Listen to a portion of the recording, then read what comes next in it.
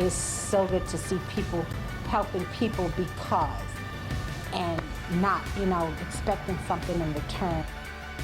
Picking up the pieces one day after a deadly explosion rocks northwest Baltimore. The latest on the investigation and the heart-wrenching details we are learning tonight about the victims. Hello, everybody. I'm Rick Ritter. And I'm Vic Carter. Tonight, this search for answers continues after the enormous blast that leveled 3 homes and left 2 people dead. One of those victims, a 20-year-old student from Morgan State University, was pulled from the rubble early this morning.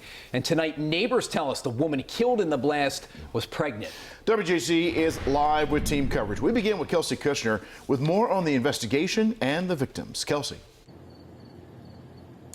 Well, Vic and Rick, I spoke with some neighbors out here who are actually starting to bring their belongings back into their house. They say it is just too devastating to talk about what happened yesterday. Of course, we learned today that one of those victims was a 20-year-old college student. The other victim, neighbors tell me, was pregnant.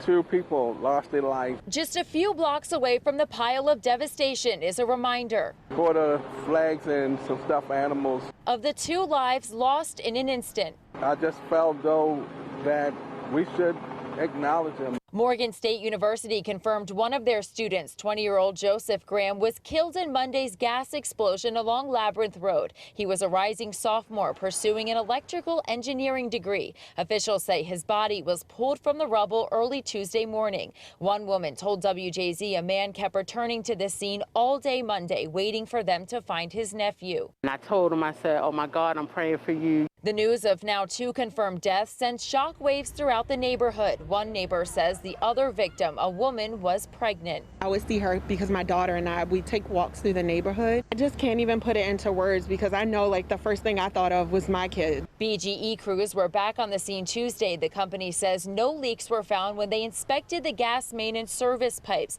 and they found no issues on their side of the equipment. As of right now, it appears that the issue is on the customer side of the meter. That data is being analyzed right now. Tuesday, members of a local church offered support, saying they want to help cover funeral costs. When you have this type of tragedy, that's the last thing you want to think about. One day after the explosion, pieces of people's lives remain scattered across the ground. It looked as if a bomb had just fell out of the sky. And the pain for many is still fresh. It'll never be the same again. I just know it won't.